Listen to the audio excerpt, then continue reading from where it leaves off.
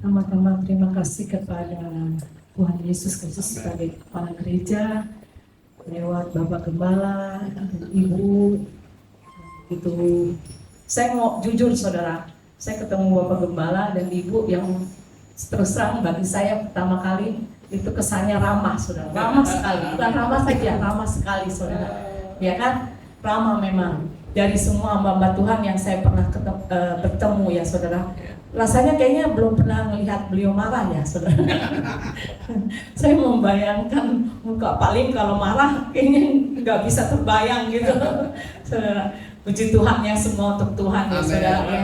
Itu karena kita membalas kebaikan Tuhan, kita menunjukkan kasih dan keramahan kita karena Tuhan baik ya. Nah saudara, pada hari ini pesan Natal ya saudara, Yesus datang itu membawa dampak. Nah, apa singkatan dari dampak itu saudara? Yaitu damai, pengorbanan, dan kasih saudara. Ya, saya berdoa, saya tanya sama Halim, apa temanya? Pertama beliau katakan hidup berjemaat ya kalau nggak salah, dan motivasi melayani Tuhan dengan benar. Terus saya tanya lagi karena saya lihat di browser gak ada temanya, mungkin hubungannya dengan Natal. Jadi saya gabungkan saudara, ya, jadi tema Natal. Nah saudara cepat saja. Nah ini dampak ini tadi Tuhan Yesus datang, yaitu dengan damai, pengorbanan dan kasih, ya dampak itu, yang membawa dampak bagi saudara dan saya juga dunia ini. Yang pertama damai saudara, yaitu Yusuf, yang dialami oleh Yusuf, pribadi Yusuf. Kita buka di dalam Matius pasal 1 ayat yang ke-20. Berita Natal, ya kedatangan Yesus yang pertama itu membawa damai, sejahtera, sukacita. Pertama-tama yaitu di dalam Matius pasal 1 ayat yang ke-20.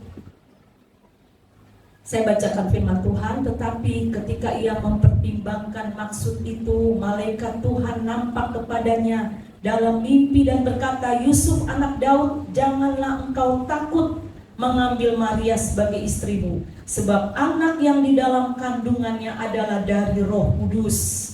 Saudara, puji Tuhan. Pertama, ya damai itu, sukacita itu datang kepada Yusuf saudara, karena pesan ada 3 jangan takut dikatakan di dalam firman Tuhan. Yang pertama datang kepada Yusuf, jangan takut ya, karena anak yang ada di dalam kandungan Maria itu adalah dari Roh Kudus. Amin saudara. Amin. Kalau datang dari Roh Kudus pasti penuh damai sejahtera. Amin saudara. Datang dari Roh Kudus, kita yakini itu pasti penuh dengan damai sejahtera. Yang kedua, Lukas 1 ayat yang ke-30 itu datang kepada Maria saudara. Lukas pasal 1 ayat yang ke-30. Demikian firman Tuhan, kata malaikat itu kepadanya, jangan takut hai Maria, sebab engkau beroleh kasih karunia di hadapan Allah. Jangan takut lagi saudara. Jadi Natal itu membawa damai. Amen. Ya, pesannya jangan takut. Sudah 2 kali saudara temukan itu jangan takut. Ya, malaikat Tuhan datang kepada Yusuf. Dan yang kedua, malaikat Tuhan datang kepada Maria, sebab Maria beroleh kasih karunia Allah saudara. Ya, kalau mendapat kasih karunia, kita juga mendapat damai yang dari Tuhan. Ya, yang ketiga saudara, karena banyak poinnya saya cepat saja, yaitu gembala-gembala di padang. Lukas pasal 2 ayat yang ke-10. Gembala-gembala di padang, ya mulai ayat yang ke-8 saya bacakan. Di daerah itu ada gembala-gembala yang tinggal di padang, menjaga kawanan ternak mereka pada waktu malam. Tiba-tiba berdirilah seorang malaikat Tuhan di dekat mereka, dan kemuliaan Tuhan bersinar meliputi mereka, dan mereka sangat ketakutan. Lalu kata malaikat itu kepada mereka, jangan takut, sebab sesungguhnya aku memberitakan kepadamu kesukaan besar untuk seluruh bangsa. Hari ini telah lahir bagimu juru selamat, yaitu Kristus Tuhan di kota Daud saudara. Kalau kita yakini setiap hari itu Yesus lahir di hati saudara dan saya. Amin, saudara. Amin. Ya, kalau kita yakini itu ada damai, sukacita besar, saudara. Saya perhatikan ini gembala-gembala. Berarti hamba-hamba Tuhan yang Tuhan sudah berikan jabatan gembala, saudara. Ya, gembala ini sedang menjaga kawanan ternak, kawanan domba mereka. Pada waktu apa, saudara? Malam dikatakan. Malam berbicara tentang akhir zaman, saudara. Kita hidup di akhir zaman, di dalam kegelapan dosa. Nah, gembala-gembala hamba-hamba Tuhan yang Tuhan percayakan domba-domba sedang menjaga domba-domba di waktu malam. Mereka menjaga dengan apa, saudara? Dengan doa. Jadi saudara, gembala saudara menjaga saudara dengan doa, ya kan? Bukan menjaga artinya seperti hansip, saudara, tapi menjaga dengan doa, ya, untuk supaya domba-domba itu ya merasakan ketentraman, merasakan aman karena ada doa dari gembala-gembala, ya. Lalu ayat 9 katakan, tiba-tiba berdirilah seorang malaikat Tuhan di dekat mereka, ya. Dan kemuliaan Tuhan bersinar meliputi mereka dan mereka sangat ketakutan. Saudara tahu kenapa gembala-gembala ini takut, saudara? Karena apa? Mereka diliputi kemuliaan Tuhan. Saudara perhatikan ayat 9 ini, saudara. Kemuliaan Tuhan bersinar meliputi mereka dan mereka sangat ketakutan. Jadi kalau kita menghadapi kemuliaan Tuhan, saudara, saya sebelum lanjutkan, saudara percaya kalau ada yang sekarang katakan, saya sudah melihat Tuhan muka dengan muka, percaya saudara? Muka dengan muka, bisa gak saudara saat ini? Tuhan penuh kemuliaan dan suci loh, saudara. Artinya begini, kita persis bisa tahu wajah Tuhan itu seperti apa. Percaya gak, saudara? Karena apa? Alkitab katakan kalau kita dalam keadaan tubuh yang berdosa, kita bertemu dengan Yesus yang begitu suci dan kudus, kita akan mati karena kita masih dalam tubuh yang berdosa. Sedangkan Yesus itu begitu mulia, begitu kudus, begitu suci. Nah, saya maklum, saudara, kalau gembala-gembala ini begitu takut pada saat kemuliaan Tuhan itu datang meliputi mereka. Ya, saya maklum, saudara, karena mereka melihat begitu besar sinar, ya, kemuliaan Tuhan ada di tengah-tengah padang. Pada waktu itu gembala-gembala menjaga kawanan domba, saudara. Jadi hamba-hamba Tuhan, gembala-gembala yang sedang berdoa menjaga domba-dombanya itu, di waktu malam di akhir zaman ini, ya, akan datang kemuliaan Tuhan, ya. Kemuliaan Tuhan itu melingkupi baik itu gembala, domba-domba, ya. Dan itu akan membawa damai sejahtera. Karena apa? Malaikat itu katakan, jangan takut, sebab sesungguhnya aku memberitakan kepadamu kesukaan besar untuk seluruh bangsa. Kesukaan besar itu untuk semua bangsa, saudara bayangkan, ya. Itu dari benua, 5 benua, semua bangsa itu ada, saudara. Benua itu benua Australia, Amerika, ya, Eropa, Asia, Amerika, ya. Dan pada waktu Yesus datang, Kisah Rasul katakan apa? Pada waktu Yesus naik, dia akan datang kembali, Kisah Rasul 1 katakan, dengan cara yang sama. Saudara perhatikan. Jadi kan nanti akan datang, ya, sesuai dengan Injil katakan, nanti ada bilang, oh ada Mesias, misalnya ya, di mall Taman Anggrek. Tetapi apa kata Kisah Para Rasul, saudara? Kisah Rasul 1, saudara baca. Kisah Rasul 1 ayat 9 sampai ayat yang ke-11, saudara. Supaya saudara-saudara jangan bingung oleh berita-berita kedatangan Tuhan, ya. Terlebih kita nanti tahun depan menghadapi pemilu, saudara. Tambah lagi ke depan itu bahkan banyak-banyak berita-berita yang mengkhawatirkan dan menakutkan. Kisah Rasul 1 ayat 9 katakan, Sesudah ia mengatakan demikian, terangkatlah ia disaksikan oleh mereka, dan awan menutupnya dari pandangan mereka. Ketika mereka sedang menatap ke langit waktu ia naik itu, tiba-tiba berdirilah dua orang yang berpakaian putih dekat mereka dan berkata kepada mereka, "Hai orang-orang Galilea, mengapakah kamu berdiri melihat ke langit? Yesus ini yang terangkat ke surga meninggalkan kamu akan datang kembali dengan cara yang sama." Ya kan? Dengan cara yang sama seperti kamu melihat dia naik ke surga. Jadi kita tidak perlu bingung, saudara, nanti akan datang berita bahwa Mesias akan ada di mana, ya saudara, tempat-tempat yang sudah terkenal, ya, akan ada Mesias palsu. Ya. Saudara harus pegang ayat ini bahwa Yesus itu akan datang dengan cara yang sama seperti kamu melihat pada waktu Yesus naik ke surga. Tuh, ya saudara, saya selalu menekankan kepada jemaat supaya jangan bingung nanti kalau ada berita Mesias ada di mana, di tempat-tempat yang terkenal, saudara. Ya, itu Mesias palsu. Di mana ada yang asli pasti ada yang palsu. Begitu juga gereja Tuhan. Ya, pengajaran firman Tuhan, di mana ada yang asli menurut kebenaran firman Tuhan, mengikuti teladan Yesus, begitu juga ada yang palsu. Saudara, saya terima WhatsApp itu, perjamuan Tuhan ada gereja setan karena salibnya terbalik, ya.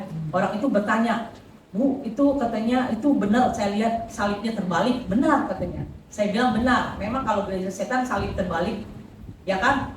Dan perjamuan Tuhan itu bukan seperti kita, saudara. Kita pakai putih-putih, mereka itu hitam malah, kebalikannya kalau perjamuan Tuhan, ya. Oleh karena itu kalau setiap perjamuan Tuhan, perjamuan suci, saya anjurkan kepada jemaat kalau bisa pakai putih, kalau nggak ada yang terang-terang gitu istilahnya. Jangan karena apa ya?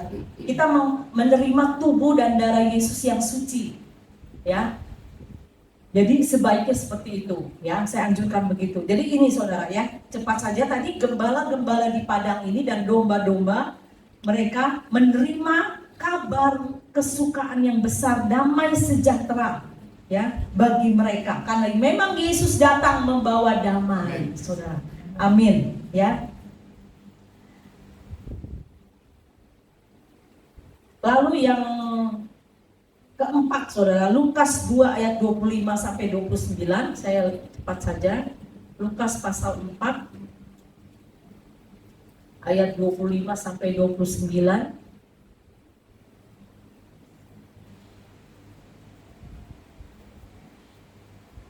Lukas pasal 2 maksud saya. Maaf, saudara. Lukas pasal 2 ayat 25 sampai 29. Demikian firman Tuhan, adalah di Yerusalem seorang bernama Simeon. Ia seorang yang benar dan saleh yang menantikan penghiburan bagi Israel. Roh Kudus ada di atasnya dan kepadanya telah dinyatakan oleh Roh Kudus bahwa ia tidak akan mati sebelum ia melihat Mesias, yaitu dia yang diurapi Tuhan.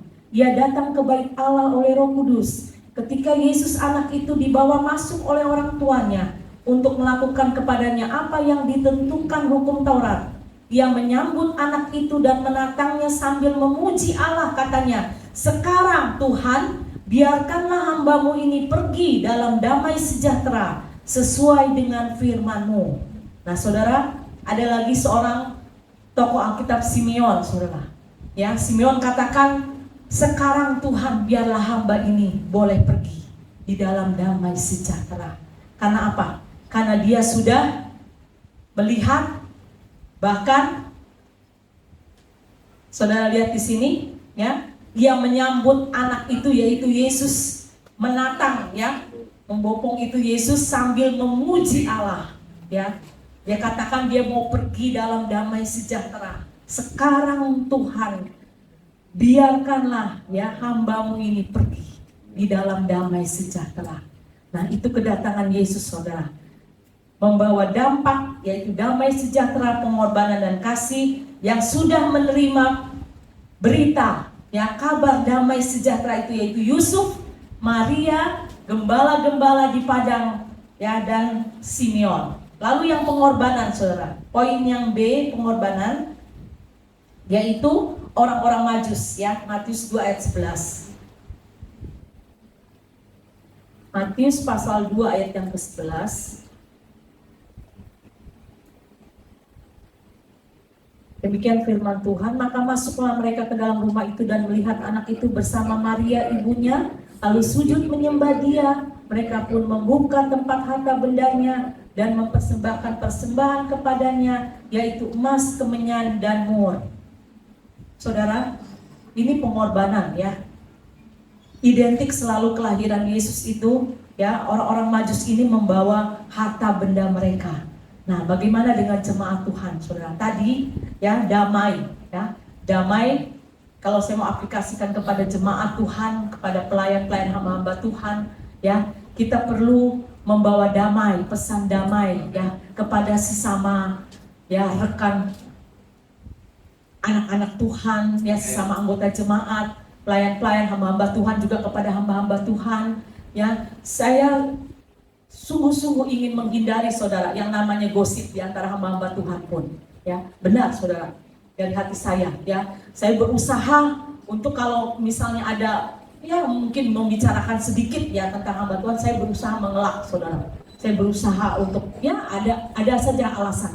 Itu usaha, ya, saudara. Jadi kita perlu usaha, ya, supaya kita bisa membawa damai, ya. Kita tidak memberikan orang lain siak atau tidak sejahtera, ya, dengan berita yang kita bawa, dengan pembicaraan kita, apalagi tentang sesama jemaat atau sesama pelayan, ya, pelayan-pelayan atau hamba-hamba Tuhan, ya, supaya kita mengikuti teladan Yesus. Yesus datang membawa damai. Nah, itu tadi, saudara, pengorbanan.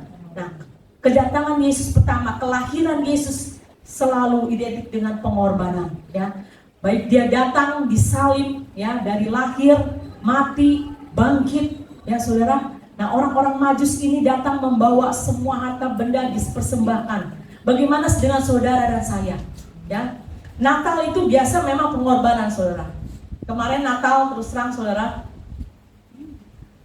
kalau dibilang sih setiap Natal, ya, saudara, ya, saya nggak ini, ya, pasti ada aja lah yang kurang-kurang sedikit-sedikit, ya. Kan nggak mungkin kita, ke panitia, ya. Adalah dari sedikit. Kalau Bapak Gembala kan biasanya, ya, Ibu Gembala yang urusin, ya. Tinggal, jadi mau nggak mau saya, jadi saya periksa apa yang kurang-kurang gitu. Misalnya door prize belum ini cukup misalnya dananya. Pasti setiap Natal ada yang berkorban, saudara. Harus ada yang berkorban, ya. Karena apa? Karena kita ingat kasih Yesus, ya. Karena kasih itu, salah satu buah kasih itu murah hati. Kalau saudara baca 1 Korintus 13, itu murah hati, tidak mementingkan diri sendiri, kasih itu, ya. Jadi jangan kita pikir, kalau Natal semua untuk ke saya, tunjuknya ke saya pengen senang, saya pengen terima apa aja, uang apa, kita tidak mau berkorban. Itu tidak sama ikut teladan Yesus, saudara.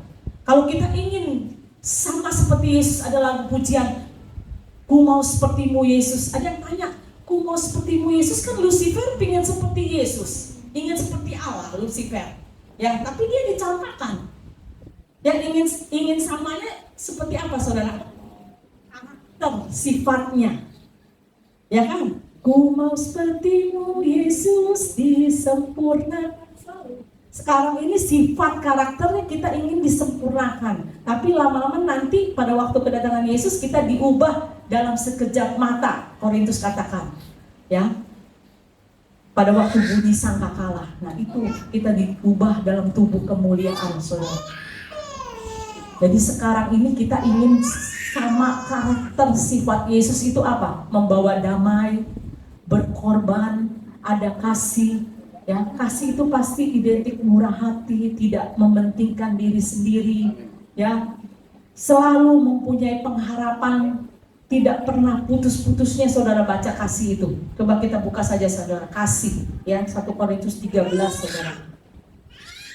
1 Korintus 13, orang kan pikir kasih. Padahal kasih itu banyak, saudara, jabarannya. 1 Korintus 13 ayat 4, kasih itu sabar, kasih itu murah hati, ia tidak cemburu, ia tidak memegahkan diri dan tidak sombong, ia tidak melakukan yang tidak sopan dan tidak mencari keuntungan diri sendiri, ia tidak pemarah dan tidak menyimpan kesalahan orang lain. Ia tidak bersukacita karena ketidakadilan tetapi karena kebenaran. Ia menutupi segala sesuatu, percaya segala sesuatu, mengharapkan segala sesuatu, sabar menanggung segala sesuatu. Nah, itu Yesus disebut Raja Kasih. Kalau saudara sering ada tema Natal Raja Kasih, lagunya juga ada Raja Kasih, Yesus Raja Damai. Biarlah kita ingin sungguh-sungguh Natal itu kita terima damai sejahtera, saudara. Untuk apa kita mempunyai uang yang melimpah tapi damai sejahtera kita tidak ada? Untuk apa saudara mau punya uang miliaran tapi nggak punya damai sejahtera, saudara? Sakit masuk ke ICU itu berapa, saudara? Ditusuk itu apa? Terima infus. Saudara punya uang miliaran tapi cuma tergeletak di rumah sakit, nggak berdaya, nggak bisa diberdayakan oleh Tuhan menjadi berkat bagi sesama. Untuk apa, saudara? Lebih baik kita berkat ini yang sudah pas untuk kita, tapi kita bisa jadi berkat, membawa damai, kita bisa berkorban untuk pekerjaan Tuhan, ya kita bisa mengasihi sesama lewat berbagai saluran. Itu lebih menyenangkan, saudara. Coba saudara renungkan nanti ya di rumah. Seringkali orang pingin punya bermiliar-miliar tapi dia nggak berpikir kalau apa artinya dia mempunyai uang banyak, ya tapi dia tidak berdampak, ya tidak membawa damai, tidak suka berkorban, ya tidak mempunyai kasih. Untuk apa, saudara? Ya, sedangkan kita ingin seperti Yesus. Akhir perjalanan saudara, saya ingin seperti Yesus. Amin, saudara. Kita ingin mengalami kemuliaan yang penuh saat bertemu muka dengan Tuhan, saudara. Nah, tadi orang-orang Majus itu ya berkorban, saudara. Biarlah kita juga mau berkorban seperti orang-orang Majus, memberikan apa yang ada Tuhan percayakan bagi kita, itu kita persembahkan itu bagi pekerjaan Tuhan. Ya, jangan sampai uang kita, harta kita habis hanya untuk rumah sakit. Dijauhkan Tuhan, saudara. Saya bersyukur. Ini saya baru-baru ini terus terang, saudara, mau Natal 2 kali saya sakit. Saya ada pelayanan lagi di gereja. Pertama demam, ya. Demam saya begitu, kalau sakit itu nggak pernah pikir, oh ya, mau ke dokter, sebenarnya ke dokter atau ini. Enggak, memang dari dulu tradisional krok, saudara. Saya kalau demam itu dikrok. Tapi udah terlambat dikerokin sebenarnya. Waktu demam itu saya cuma berdoa, saya ingat saya nggak makan apa, cuma minum kelapa hijau, tapi itu pun masih terasa. Nah, tindakan apa yang saya ambil, saudara? Saya ingat kok Selasa malam itu saya masih panas. Saya ambil tindakan apa, saudara? Puasa saya. Jadi mulai Selasa, kira-kira sore sampai Rabu. Justru hilang demam saya, saudara. Hilang, karena apa? Saya ingat waktu ada rekan Ibu Gembala juga, dia sakit corona, COVID, dia bilang dia puasa katanya. Dia sembuhnya karena dia puasa. Rupanya kuman corona itu nggak bisa bertahan kalau nggak ada pemasukan, kan nggak ada pemasukan, nggak aktif di dalam tubuhnya. Dia bilang saya puasa loh, jadi corona saya kok hilang katanya gitu. Nah itu saya nggak ada, kok saya tergerak saya puasa. Saya puasa justru demam saya hilang sampai Rabu sore, saudara. Puji Tuhan, itu satu. Yang kedua, waktu saya ada pelayanan suara saya habis, hari Sabtunya itu habis. Minggunya itu sampai orang-orang bilang biasanya kalau habis suara Sabtu ini nggak cepet pulih, besokannya itu udah pulih. Enggak, saudara, tapi saya bersyukur. Saya cuma minum jeruk nipis, saya ingat kecap ganti-gantian itu ya, sama susu jahe merah gantian gitu ya, saudara. Tapi saya nggak beli obat-obat di luar. Selalu gitu, nggak pernah kepikiran gitu, saya mau beli ini, enggak, saudara. Saya hanya mengandalkan Tuhan, saya minum ini, saya mengandalkan Engkau. Ya, karena bagi saya lebih baik harta saya persembahkan untuk pekerjaan Tuhan. Saya nggak mau untuk ke dokter. Udah 45 tahun lebih, saudara, saya nggak menginjak ruang dokter. Semua untuk kemuliaan Tuhan. Karena saya setiap sakit nggak langsung pikir, dokter, atau saya mau beli obat apa, enggak, saudara. Jadi hati saya selalu berdoa, Tuhan sembuhkan Engkau lah dokter saya satu-satunya, saya bilang. Benar, saudara. Bahkan sampai mimpi ngigo pun suami saya bilang gini, kok kamu ngigo apa? Kamu panggil-panggil kayak berdoa kamu, katanya lagi berdoa. Oh iya gitu ya, memang tadi sebelum tidur kok saya berdoa, saya bilang begitu. Jadi saya bawa dalam doa saudara, sampai kebawa ke ngigo, suami saya dengar di samping saya. Ya, itu sampai begitu saudara. Saya bilang Tuhan Yesuslah dokter saya satu-satunya, saya bilang begitu. Karena kita kan ada anak, ada suami, ada pekerjaan Tuhan. Lebih baik saya bilang uang saya untuk pekerjaan Tuhan, untuk anak suami, daripada saya kasih ke dokter, seringkali dokter salah diagnosa, ya. Kita kecewa lagi, marah lagi, tambah sakit lagi. Karena kan dari pikiran sumber penyakit itu. Kalau pikiran saudara tenang, Amsal 17 ayat 22 katakan apa? Hati yang gembira adalah obat yang manjur. Hati yang gembira adalah obat yang manjur. Ingat saudara. Ya, tadi itu orang-orang Majus ya. Lalu Yusuf, Matius 2 ayat 13 dan 14. Matius 2, kenapa saya bilang Yusuf berkorban saudara? Matius pasal yang kedua ayat 13 dan 14. Setelah orang-orang Majus itu berangkat, nampaklah malaikat Tuhan kepada Yusuf dalam mimpi dan berkata, bangunlah, ambillah anak itu serta ibunya, larilah ke Mesir dan tinggallah di sana sampai aku berfirman kepadamu, karena Herodes akan mencari anak itu untuk membunuh dia. Maka Yusuf pun bangunlah, diambilnya anak itu serta ibunya malam itu juga, lalu menyingkir ke Mesir. Saudara, kalau kita lihat pengorbanan Yusuf, coba saudara, kayak orang pelarian ya. Jadi Tuhan datang dalam mimpinya Yusuf, suruh bangun, ambil Yesus dan ibunya, lari ke Mesir dan tinggal di sana sampai Tuhan berfirman. Tuhan katakan, tunggu sampai Tuhan berfirman. Jadi suruh bawa anak itu Yesus dan ibunya ke Mesir, ya. Karena apa pesannya? Karena Herodes mencari Yesus, ya. Lalu Yusuf bangun, diambil anak itu serta Maria malam itu juga, lalu menyingkir ke Mesir. Itu pengorbanan saudara, ya.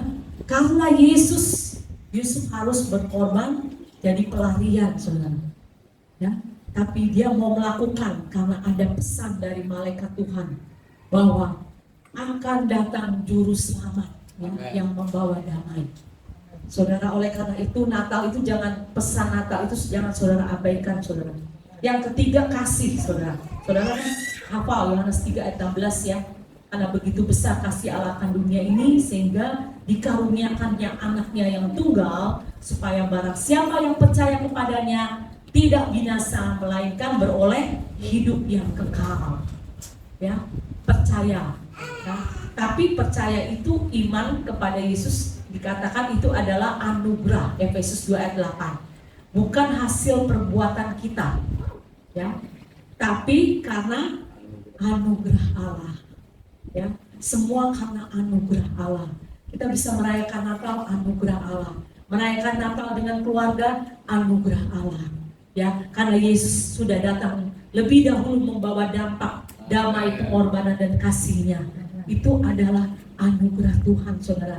Kalau kita lebih bijaksana lagi, kita melihat tahun ke depan saudara, kita udah bersiap-siap dari sekarang, ya. Kita persiapkan hati kita semua, lebih banyak lagi berdoa, lebih banyak lagi mendekatkan diri kepada Tuhan, karena kita tidak tahu tahun yang akan datang apa yang akan terjadi. Terus terang, ini saya ya, dalam hati saya waktu diprediksikan tahun 2023 katanya akan terjadi masa yang sulit ya, krisis kalian.